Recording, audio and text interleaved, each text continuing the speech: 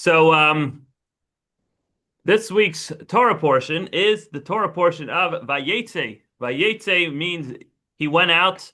Yaakov, our patriarch, went out from Be'er Sheva and in Israel, and he went to Haran in order to find a wife, and the wife being actually his first cousin, Rachel, and he ends up marrying Leah first, and then Rachel, and then this and that and the other, and 11 tribes later, that's what this parsha talks about. But he also, at the same time, he made his uncle and now father-in-law Lavan very, very wealthy, because contrary to all the conspiracy theories, Jews bring wealth to wherever they go. They bring blessings to wherever they go, not just for themselves, but it has a ripple effect on everyone around them. And Lavan, the trickster, the swindler, and dishonest man that he was, recognized this, and we're going to talk about that. So, Did you know that 30% of all Nobel Prize winners are Jews? yes, I was aware of that statistic. It might have some relation to this, but not entirely. Let's see. So we read about how Laban. Do we use the English term or the Hebrew term? Lavan. Lavan or Laban? What should we do? I think Laban, Lavan. Lavan. because my friend's name is Laban. Okay, we'll see. We'll go interchangeably. Anyways, so we read that Laban admits that the abundance he received is nothing but a blessing in the merit of Yaakov Avinu, in the merit of Jacob. But what's the nature of this blessing? How does it operate? Is it something natural? Is it supernatural? And what implications might that have for us who are living not in Jerusalem, Israel, but in Arcadia, California, or anywhere living amongst the nations? What's our role? What's our relationship with the Gentiles who live around us? We are meant to be a blessing. Well, let's see. So we're going to explore sources from our sages, from Kabbalah, from Chassidut, and we're going to see how Jews can help them, not only themselves, but the entire environment and even an entire country can be blessed by the Jews. So let's see. The financier of the American Revolution was a Jew. Okay, I don't know if that's the kind of influence we're talking about, financial influence directly, but let's see the sources and then we can discuss it later. Source one, Peter, you look like or actually, let's start with Keith. Source one, page 1. When Rachel had given birth to Joseph, Jacob said to Laban, "Send me on my way, and I will go to my own place and to my new homeland. Give me my wives and my children, for whom I worked for you, and I will go, for you know my work that I did for you." Laban said to him, "If I have found favor in your eyes, I have divined that God has blessed me because of you." Okay, so the background is, at this point, Yaakov already had 11 of the 12 tribes were born, plus their sister Dinah, plus the twins that were born along with them. That's for another time. So the only one who was not yet born is the youngest, Binyamin. Okay, so they're getting ready to leave. Yaakov's like, "I've had enough. It's time to get out of here. It's time to go back to my homeland." And Laban acknowledges, like, I've divined, I've figured out through my. Well, let's see what divining is exactly. Peter, you want to read for us from Rashi? I have divined. He was a diviner. Laban was saying, "I have discovered by my art of divination that through you a blessing has come to me. When you first came here, I had no sons, for it is said, and behold, Rachel, his daughter, is coming with the flock. Is it possible that he had sons, and he would have let his daughter go among the shepherds? Now, however, he had sons, as it is said, and he heard the words of Laban's sons." So let me explain what the context is over here. When Jacob arrived in Haran, he comes to the well, and the story goes that all the shepherds would gather around the well, and shepherds typically were male shepherds. And then there's this one girl, Rachel, who's coming with her father's sheep. Why is she taking care of the sheep? Where's the guy to be the shepherd? The answer is very simple. Lavan was not that wealthy at the time. In fact, he had to pat Yaakov down, see maybe he brought some money with him. He was that kind of person. And he didn't have any sons. So Rachel was his shepherd. She was coming with the sheep. But later on, fast forward 20 years, after Yaakov had lived there for a while and produced and brought wealth to himself and to his father-in-law, another thing that his father-in-law was blessed with was that now he had sons, which is why it says that when Yaakov was getting ready to leave, he heard some rumblings from Lavan's sons. Those sons didn't exist 20 years earlier. So let's see what the Zohar, this is a little more Kabbalistic in source 2. The Zohar brings two opinions about what kind of blessings Lavan merited on Jacob's account. The source 2, Mayor Mitchell, you want to read source 2? On Yaakov's account, Lavan profited an additional 100 extra animals each month, 100 extra goats, and 100 extra sheep. Are you able to just project so that everyone here in the room could hear? Rabbi Abba says 1,000 extra animals, 1,000 goats, and 1,000 sheep were brought by Jacob each month. This is the implication of the verse, "For the little that you had before me has increased in multitude, and the Lord blessed you upon my arrival." Divine blessing is never less than 1,000 of each variety. On everything that divine blessing rests is not less than 1,000. When Yaakov left, Lavan had become very wealthy. Okay, so there's two opinions. One opinion says that he had 100-fold. Another opinion, Rabbi Abba's opinion, is that he had 1,000-fold.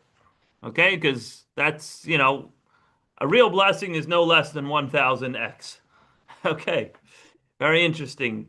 So let's see what the Rebbe says over here. Regarding the blessing that Lavan received on Jacob's account, there are two views. One says that the blessing gave him an extra 100, and another says an extra 1,000. Now, before I continue, the Rebbe's father he wasn't one of the Rebbes of Chabad, but he was the rabbi of the city of Dnepropetrovsk, which then was called Yekaterinoslav in southeastern Ukraine. That's where and I actually spent time in his synagogue, which is now an orphanage for Jewish boys. This is when I was going to and from overnight camps in Ukraine for the same boys that lived in the orphanage. So I stopped by the orphanage when I was there. In fact, the Rebbe grew up at an apartment right across the street from that synagogue. Wow. So one of the years, a couple of the years I was there, I saw the apartment, but then they eventually tore down that old apartment building. They built some supermarket over there. But anyways, the Rebbe's father's synagogue, it's on Mironova Dievit, number 9 in Mironova Street. That's where there's the boys' orphanage in Dnepr today. Anyway, so the Rebbe's father was a tremendous scholar. He was a Kabbalist. He really studied the Zohar intensely. He wrote his own commentary on the Zohar. In fact, he was imprisoned by Stalin and sent off to Alma-Ata, Kazakhstan, where he eventually passed away in captivity. And during that time, it was, especially during World War II, it was difficult to obtain ink for him to write anything. He would have the Zohar with him, and he would write his own commentary in the margins of the Zohar. So it was written in very shorthand, and the Rebbe would often talk about some of these commentaries that his father had written and expound upon them and explain them. So that's kind of what we're doing over here. So the Rebbe says, my father explains in his notes on the Zohar that both views are true, not only in the sense that two differing opinions can both express divine truth, but that each opinion is literally true. So was it 100-fold or 1,000-fold? Which one is it? How can it literally be both? He explains that the view that the increase was 100 of each type reflects the blessing that comes from the quality of understanding, bina. While the view of Rabbi Abba, that it was 1,000, reflects the blessing that comes from the quality of wisdom, which is higher than that, chachma. As has been noted several times, my father does not usually explain how this applies to a person's personal divine service, leaving that for us to ascertain. So what's this chachma and bina going on over here? So imagine you have people who are trying to figure out a very complex issue. Let's say scientists in a lab, they're trying to figure out how to cure a particular disease, right? And then they're sitting there peering over all sorts of studies and statistics and this and that, and suddenly one of them blurts out, "I got it." So everybody looks at him and says, "Okay, let me hear more." And he's quiet. It's like, give me a minute. Give me a minute. What's happening in that minute? Chochmah. What happened when he said, "I got it"? That was chachma. That was the flash of inspiration, that flash of an idea. But that doesn't mean that the idea is fully developed. For that, as Kabbalah explains, we have chachma and then we have bina. Bina means understanding. In fact, the word Chabad is chachma bina dat. Wisdom, in other words, that spark of an idea, that insight.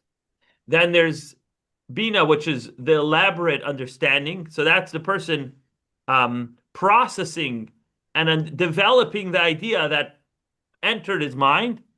And then there's da'at, which is connection and communication. That's when you're relaying over that information. So wisdom, understanding, and knowledge kind of sound like a bunch of synonyms, but really there are different stages in the whole process. So for the context of what's going on over here, chachma is higher than bina. And the truth of the matter is that as much as bina expands and develops the original chachma idea, bina is limited to the words and the character of whatever is developed out of that process. But even if the person were to write down that idea in writing, there's still information that the original thinker of that idea maintains within himself and never gets revealed to anyone else. So in that spark of it, in that flash of inspiration, there's a whole lot more contained than what actually ends up being revealed. So what the Rebbe's father is teaching us is that on the level of bina, which is the developed idea, it was only 100-fold blessing. But on a level of chachma, on a more higher, lofty level, there's actually 1,000-fold blessing.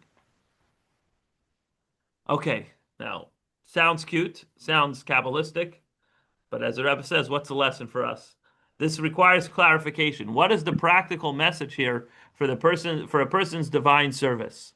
Both from the general idea that Lavan received additional blessing because of Jacob, and from the two views about whether the blessing stems from the quality of understanding or from the quality of wisdom. Was it from Bina or was it from Chachma? What's the lesson that we can learn from all of this jargon? Okay, so let's continue with section B on page 3. Ben, you want to read for us a little bit over there? Sure. Source 3. Before that, Jews bring the blessings to the country. Okay. The Rebbe, Jews bring blessing to the country. The added blessing that came to Laban because of Jacob expresses the general principle of seeking the welfare of the governing power. As the verse states, seek the welfare of the city and pray on its behalf, for in its peace you will have peace. Okay, so you got to pray for the government's success. You want your government to succeed. So where does this verse come from? How do we know that this is a biblical and Jewish value? Because source 3 will tell us about Jeremiah, who foretold the impending destruction of the Holy Temple. And he wrote a letter to the Jews who were exiled to Babylon. And he guided them at telling them they should remain there. They should pray for the welfare of Babylon. And That's because he knew prophetically that God wouldn't be returning them to Jerusalem exactly anytime soon. In fact, they'll be there for a full 70 years. So if you're planning on living, imagine you sign a contract with a company for 70 years. You want the company to succeed, right? Right. If you're going to move to Babylon for 70 years, yeah, in the scope of history, it's a short time. But if you're living there for 70 years, you want the place to do well, right? So let's see source 3. Joe, you want to read for us source 3? Yeah. So said God of Israel to all the exiles whom I have exiled from Jerusalem to Babylon. Build houses and dwell in them, and plant gardens and eat their produce. Take wives and beget sons and daughters. And take wives for your sons and give your daughters to men, and they shall bear sons and daughters. Multiply there and do not be diminished. Seek the peace of the city where I have exiled you and pray for it to God, for in its peace you shall have peace. Okay. So, by the way, this answers, this wasn't part of the syllabus, but side note, this answers a question that I sometimes get asked. If we believe so strongly in the coming of Mashiach, that Mashiach can and will come at any moment, then why are we involved in building community centers and Chabad houses and synagogues? We should just be standing there on guard saying, no, when are you coming, right? I'm waiting. I'll be here in my tent under the bridge. Let me know when the next flight is taking off, right? But the answer is no. If you're in a place, you got to get involved. Right now, you're here, live there, dwell there, get married there, have children there, build houses there, and pray for the government that it should succeed. So here's the lesson that the Rebbe learns from that. Page 4, Keith, if you want to read for us. When the Jewish people are in exile in a foreign land of Jacob and Laban's home, they bring increased divine blessings so that to that country. This is expressed by the concept of seek the welfare of the city and pray on its behalf, which materialized in the added blessing that Laban received because of Jacob. Okay, so that means that we, as Jews, have to contribute to the blessings and the welfare of the place where we live. We should settle there. We should do business there, pay our taxes there, pray for the city, pray for the country, and bring blessings to it. Peter, you want to continue? Yeah, supernatural assistance. There are two views regarding how this blessing is drawn down. One, blessing that comes through the equality of understanding, a blessing that follows the natural order. This corresponds to the view that the increase was once 100. Two, a blessing that comes through the quality of wisdom, a blessing that surpasses the natural order. This corresponds to the view that the increase was 1,000. So again, the emphasis is the quality of understanding, bina, or the understanding of wisdom, which is chachma. Yeah. In the same way, there are two ways in which the Jewish people can bring blessing to the nations among whom they live in exile. One, a blessing following the natural order, and two, a blessing that surpasses the natural order. The conclusion is that the nations can also receive blessings beyond the natural order. An example of this is Jacob's blessing to Pharaoh, that the Nile should rise toward him. Okay, so what we're saying is that we can not only succeed within the realms of nature, but even in a supernatural way, we can be successful while living amongst the nations. And furthermore, we can bring those supernatural blessings to spill over to everyone around us, just by our mere presence in that country, in that locale, that brings blessings to all those around us. Like, for example, when Jacob blessed Pharaoh that the Nile River should go up to him, which is unnatural, especially in the middle of a famine. If you think about it, Jacob arrived in Egypt in the middle of a famine. That's why he moved there, because his son Joseph invited him down as the viceroy of Egypt. He said, come, we'll take care of you. We have good storage houses for our food, and you'll have what to eat despite the famine. What does Jacob come and tell Pharaoh? The Nile River will rise towards you. He's like, dude, There's no rain anywhere. The river is shrinking every year. The Nile will rise towards you. That's completely miraculous. Let's see this in source 4. Mayor, you want to read source 4? Hold on, let me get there. Source 4, Page 5. page 5. Joseph brought his father Jacob and stood him before Pharaoh, and Jacob greeted Pharaoh. Pharaoh said to Jacob, "How many are the days of the years of your life?" Jacob said to Pharaoh, "The days of the years of my sojourning are 130 years. The days of the years of my life have been few and difficult, and they have not reached the days of the years of my forefathers in the days of their sojournings." Jacob then blessed Pharaoh and left his presence. So after he kvetched about his life, he gave Pharaoh a blessing. Ben, you want to read the Rashi over here? Jacob then blessed? Jacob then blessed, according to the custom of all those who leave the presence of princes, that they bless them and take their leave. Now, what blessing did he bless him with? That the Nile should rise at his approach. Egypt does not drink rainwater, rather, the Nile rises and waters it. After Jacob's blessing, Pharaoh would come to the Nile and it would rise to greet him and water the land. Wow. So that is supernatural, as the Rebbe remarks. Joe?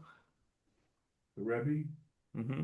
this is something beyond the natural order, because the nature of water is to flow from a higher place to a lower one, and its rising towards Pharaoh runs contrary to that nature.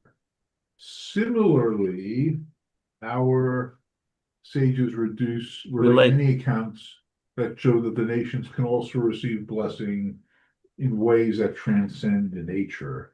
Okay, so here's a few examples from the Midrash on page 6, source 5, of blessings that transcend nature. We see a pattern, says the Midrash. Wherever the righteous go, blessing follows them. Isaac went to Gerar. Blessing came to Gerar, as the verse says. Isaac planted in the land. So basically, there was a famine there was a year where there was a famine in the region in Israel. And Yitzchak was not allowed to leave Israel because he was brought as a sacrifice. So he was considered sacred and wasn't allowed to leave the sacred land of Israel. But Gerar was like in Gaza, basically, which is part of Israel. Newsflash, for those who don't know, Gaza is part of Israel. It might be Israel with an asterisk, but it's part of Israel. And he went there and he planted in the land, even though there was a famine, but I guess the famine wasn't as bad over there. And the crop yielded 100 times more than expected. Okay, so that's that story. Then it says Jacob went to Lavan, blessing went with him. As the verse says, I have divined that God has blessed me because of you. That's the example we started talking about. And then the next example is Joseph descended to Potiphar's home. Blessing came with him. As the verse says, God blessed the Egyptian's household on the account of Joseph. So this is when Joseph was sold into slavery by his brothers. He was eventually sold as a slave to the house of Potiphar, who was a high-ranking official in the Egyptian kingdom. And the Torah tells us in Parshas Vayeshev, the Shabbos right before Hanukkah, we're going to read that he brought blessing to Potiphar's household and all his affairs. Everything was successful.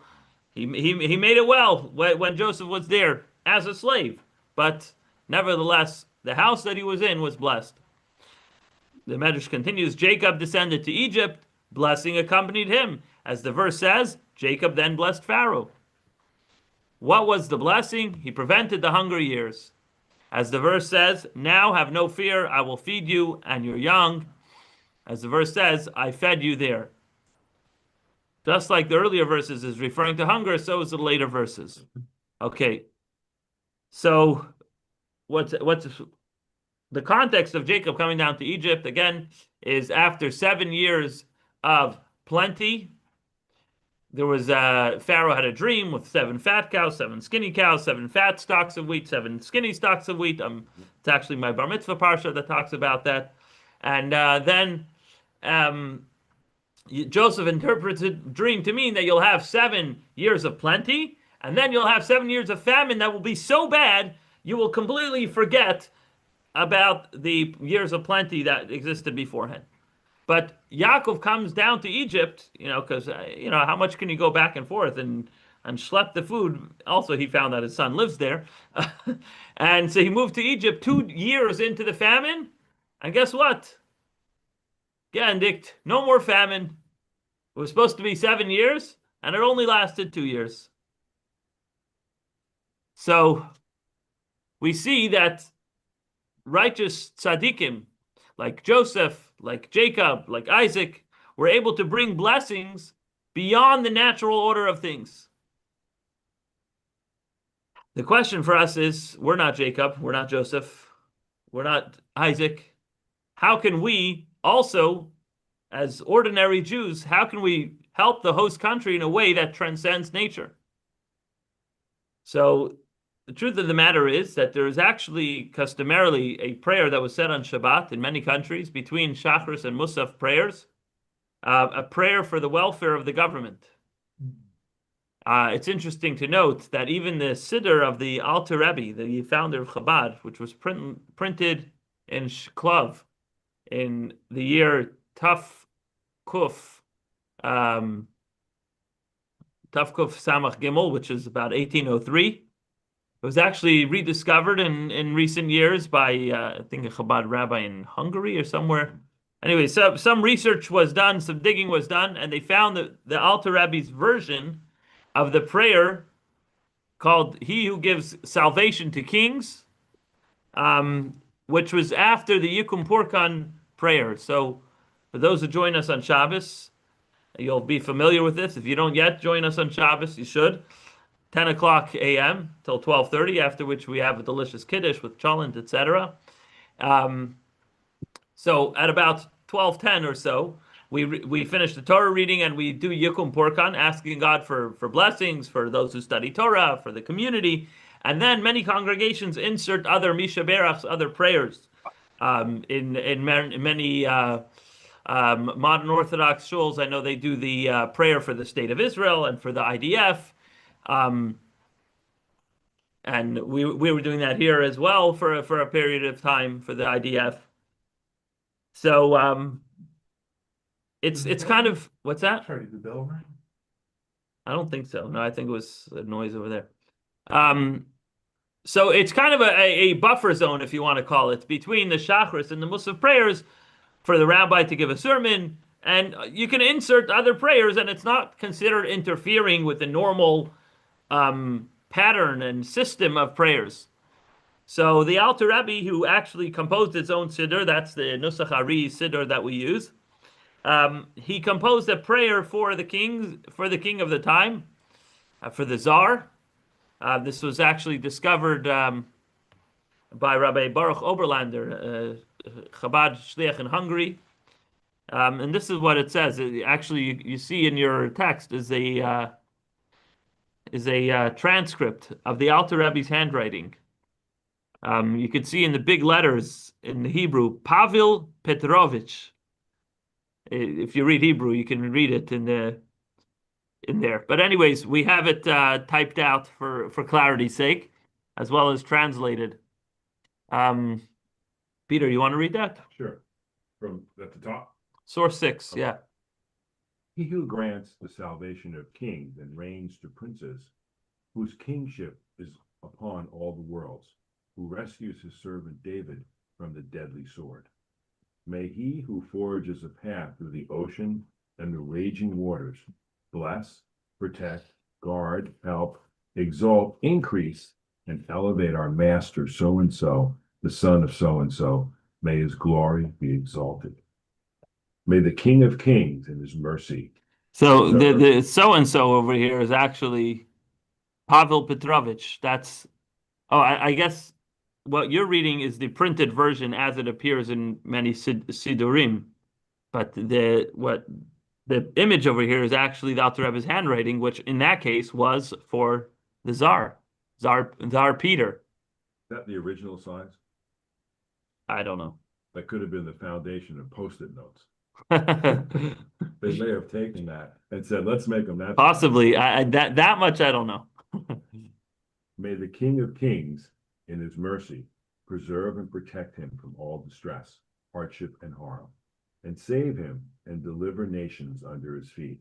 May his enemies fall before him, and may he succeed at every turn. May the King of Kings, in his mercy, place in his heart and in the heart of his council and ministers compassion to do good for us and all the Jewish people. In his days and in our days, may Judah see salvation and Israel rest securely. May the Redeemer come to Zion, so may it be your will. And let us say, Amen. So it's a very interesting balance of honoring and respecting and blessing the government, but also, as Jews, we're not being complacent and forgetting about the ultimate hope and wish, which is for the arrival of Mashiach, that, as we say, may the Redeemer come to Zion, right? Yeah. So that's always part of our prayers, and we never forget that. Now, this is, again, in 1803. Fast forward 140 years, or just a little bit less. In 1940, the Frierdiker Rebbe, the Rebbe's father-in-law, the sixth Lubavitcher Rebbe, came to the shores of the United States, miraculously escaping World War II. And he was very concerned of the welfare of the Jewish people in Europe, where he himself escaped from. And he was hearing the terrible reports coming out of there. And so this prayer was published alongside the previous Rebbe's request that it be recited on Rosh Hashanah and Yom Kippur after the Torah reading in all synagogues throughout the United States. And Source 7 is the prayer, along with a reproduction of the booklet that was originally published at that time. So it says, Tefillah ba'ad Shloim Medina, a prayer for the peace of the country, established by the holy Rebbe. May he live and be for many years. Shlita from Lubavitch. Prayer by Rabbi Schneerson of Lubavitch. Joe, you want to read that? Yes. To be recited in all Jewish synagogues in the United States during the coming high festivals before the Musaf service. Our God and God of our fathers, great, mighty, and revered God, we beseech thee in thy abundant mercy, restore the world unto its true basis, under the guidance of kings and rulers who shall reign with justice and righteousness, without discrimination between nations and nation, race and race. We beseech thee, O merciful and gracious God, guide our illustrious President Franklin Delano Roosevelt, and thou hast chosen leader of these United States. Strengthen and encourage him in his honorable ministers and counselors of state and the honorable representatives of the citizens in both houses of Congress. Bless their efforts to save this land and neighboring lands from war and destruction, and wheresoever they turn in the cause of humanity and in behalf of this land and for the benefit of thy people Israel, send the angels of blessing and success to welcome them. Cause war and calamities to be ended, and an era of peace and justice with its blessings to begin, even and indeed in our days. We beseech thee, O merciful God, inscribe our gracious President Franklin Delano Roosevelt and his ministers and counselors and all dwellers of this land, and the neighboring lands and the lands afar, which are fighting in the cause of justice and righteousness unto a happy, blessed, and successful new year. Yeah, I was trying to look up to see if I can find it in print. Anyways, so here you see a very heartfelt, sincere prayer for the welfare of the United States. And notice it's very interesting. He doesn't contrast that with the prayer for the Tsar. The prayer for the Tsar was just for the Tsar. The prayer for the United States is for the three branches of government, right? Or actually, it doesn't. I don't know if he included the Supreme Court, but whatever, the both houses of Congress and the presidency, right? So in simple terms, the Rebbe says there are times when the nations receive blessings in a natural manner, and there are times when they receive them in a supernatural manner. So these are examples of divine blessings, which are given by God. but it's also well known that Jews have made significant economic contributions wherever they have lived. Throughout history, there's many examples where Jews were forced to leave their homes and leave in large numbers, and it obviously had an immediate impact economically on the country where they left from. And basically, what would happen is, time after time, Jews were expelled from a land, and suddenly the economy crashed, right? Because Jews control the money, right? No, that's not why. It's on a natural level and on a supernatural level. Like, for example, in 1492, when the Jews were expelled from Spain, shortly thereafter, Spain started to lose its economic primacy in the world. Now, it didn't happen in one day, but it was a series of poor decisions, including expelling the Jews, that led to their demise. And basically, the countries that received the Jews then were the beneficiaries of the blessings that came along with it. And the Ottoman Empire benefited from it, and other countries. So now, here's where the Rebbe goes to the next point on page 10. Meir, you want to read? You still there? Yep. Simple terms, that one? Page 10, right after that. I don't have page numbers. The idea that when the Jewish Yeah. people live in a foreign country, that country receives additional blessing, like Laban received additional blessing because of Jacob, is clearly observed.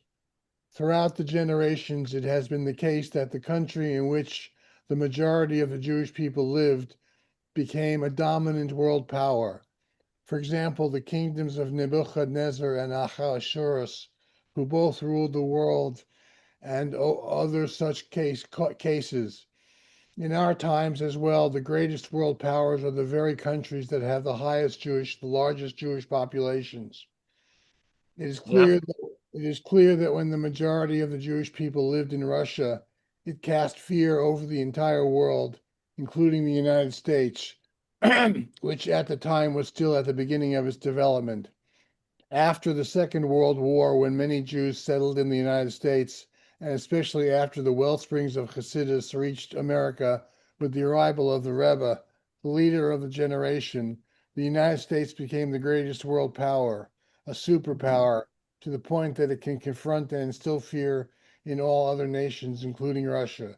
The only problem is that this strength is not fully utilized. Okay, so the Rebbe is kind of admonishing the United States for not utilizing the power and the influence that they could have for the good on the rest of the world.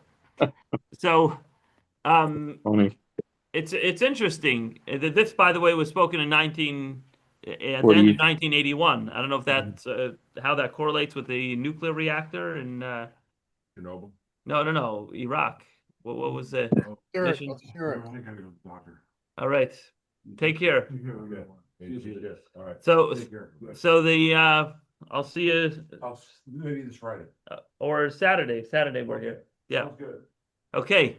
So the Rebbe further elaborated on this point, actually at a different talk on another occasion, saying over here on page 11, the main body of the Jewish people. The reason why Russia once held such dominant power is that the majority of the Jewish people live there, both in the numerical sense and even more importantly in terms of quality. The terms of quality, outstanding spiritual leaders and transformational Jewish events. It was there that the Baal Shem Tov was born, and where the dissemination of the teachings of Chassidut took place, including the watershed events of the 10th and the 19th of Kislev. The 10th of Kislev, by the way, is the day that the second Chabad Rebbe, the Mittler Rebbe, was born, passed away, and also on his 53rd birthday, the day before, the year before he passed away, he was released from prison. So it's a very special and auspicious day, and the 19th day of Kislev is known as Rosh Hashanah of Hasidism. That's the day that the Alter Rebbe, the founder of Chabad Hasidism, was released from prison because he was put there on trumped-up charges for changing things in Judaism, which basically meant that he was teaching Kabbalistic ideas to the masses in order to inspire greater and more impassionate divine service. And the mainstream, the opposition to the Alter Rebbe, didn't like this idea, and they didn't like that he was gaining popularity, and so they made trumped up charges that he was funneling money to the Turks, because what actually he was involved in was supporting the settlement of Jewish families in Israel, and he was sending them money because there was no economy. It was a wasteland in the late 1700s, right? Right. And the Alter Rebbe was supporting families that were living in Israel, which was under the Ottomans. Yeah. And so the allegation was that he was supporting the Ottoman Empire, which was against the Tsar. And on the 19th day of Kislev, he was released from prison. But while he was in prison, I don't want to go too much over time, but while he was in prison, he had a visit with his teacher, the Maggid of Mezrich, and his teacher's teacher, the Baal Shem Tov, who was the founder of Hasidism, who visited him in his prison cell, even though they had already passed away. And they told him that the reason you are here in prison, making faces, when you're the Alter Rebbe and the Baal Shem Tov, leaving this physical body doesn't prevent you from visiting people in this world in their prison cells. So the Alter Rebbe asked the Baal Shem Tov and the Maggid, "What am I doing here? Why am I here?" As we learned in the JLI class, what is the purpose of me being here? What is the spiritual significance of me landing in this prison cell? And they told him that the angels on high are very disturbed because things that were usually just kept secret only to special individuals, you're now just opening up the storage house. It's like the king had his prized treasures stored away, and only people with special badges can get in. And now you just opened up the front door and said, "Everybody, come and take." This is a complete radical departure from the way business has been done until now, in terms of studying and understanding mystical ideas. So the Alter Rebbe said, "I hear, guilty as charged. So should I stop? Should I put a hard stop and say, listen, spiritually in heaven they don't want me doing this?" And they said, "No, you already bucked the trend. You already changed the status quo, and now there's a green light. When you get out of prison, you have the full green light to keep going forward and spreading the teachings of Hasidism." So that's why the day that the Alter Rebbe came out of prison on the 19th day of Kislev is known as Rosh Hashanah of Hasidism, because that's where he really finally got Hasidic teachings off the ground. Anyway, back to the text. What the Rebbe is saying here is that this is why the government of that land rose to world dominance, meaning the land of Russia. As the Medrash states, when the Jewish people are sent into a particular land by divine will or for whatever reason, then for the sake of the honor of the Jewish people, the government of that land becomes powerful to the point that it rules over the entire world. If you think about it, why has this last 2 years since October 7th been so painful? One of the reasons why it's been so painful is because Hamas is such a nothing. They're a bunch of lowlives. They are really very powerless people. And the fact that these lowlives manage to control and kidnap and do anything to us, not only is it torturous in what they're actually doing, but on a dignity level, it's disgraceful that a disgraced nation can do that to us. Now, throughout history, most of the time, Jews were living in the superpower of the time. Jews lived in Egypt, right? Egypt was a superpower. So you're enslaved by the superpower. Makes sense. If some no-goodnik in middle of some impoverished country off the coast of Africa is somehow controlling all the Jews, that's a really big slap in the face. But if the United States of America, the superpower of the time, or Russia back in the Tsarist regime, that's where the Jews are, it's a respectable thing to live in the most powerful country in the world. Let's see this, what the Rebbe is referring to in source 8. Ben, if you want to read that for us. Yeah. Mechilta de Rabbi Shimon Bar Yochai. Yeah. Pharaoh ruled from one end of the world to the other, and his authorities extended from one end of the world to the other for the glory of Israel. There's no nation under which Israel was subjugated that did not rule from one end of the world to the other for the glory of Israel. So the Rebbe explains, this also explains the change in the material situation of the United States, which has recently become an incredibly powerful nation, especially after World War II. After the period in which most of the Jewish people lived in Russia came to an end, God transferred the bulk of the Jewish people to the United States.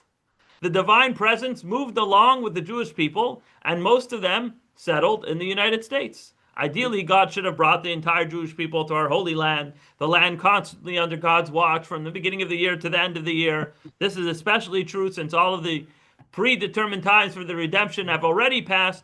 Nevertheless, God arranged things differently. Whatever the case may be, whatever the reason may be. Now, we can't measure and declare that one group of Jews constitutes the main body of the people, while the other is not. All are beloved, all are chosen, all are mighty, all are holy. We say this in the morning Shema, in the blessings before the Shema. Kulam ahuvim, kulam berurim, kulam gibarim, kulam kadashim, and all the other accolades. Still, we can see that the largest number of Jews, the majority in the literal sense, now this is in 1983, 84, the majority of the Jews live in the United States. This fact is itself an indicator that the United States also holds the majority in substance from among the people described as a holy nation. Quantity and quality are bound together. So basically, by having the majority quantity of the Jewish people living in a specific country, that grants that specific country the power and the blessings given by God. So the point of the matter is that we should know that just by our being somewhere, we bring that place blessings. And the proof is in the pudding. You see, throughout history, that's how it's been. So if you're ever worried about what your impact might be on the local economy, on the environment, as the saying goes, a chassid machta sviva. A chassid makes an environment. What's his name? My friend from Jamaica.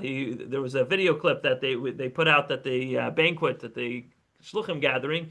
He said a chassid doesn't find himself in a situation. A chassid makes a situation. We make a situation. We make things happen for the good. We bring blessings and prosperity, and of course holiness. And especially, the Rebbe emphasized time and time again the importance of influencing the world around us, the Gentiles, to keep the 7 Noahide commandments, to believe in God. All of those things are thanks to our presence in whichever place we find ourselves in. So until you make Aliyah, until Mashiach comes, however you get there, while you are in the United States of America or Canada or anywhere else on YouTube where you might be watching from, you have an opportunity to bring blessings to the world around you. That's today's lesson.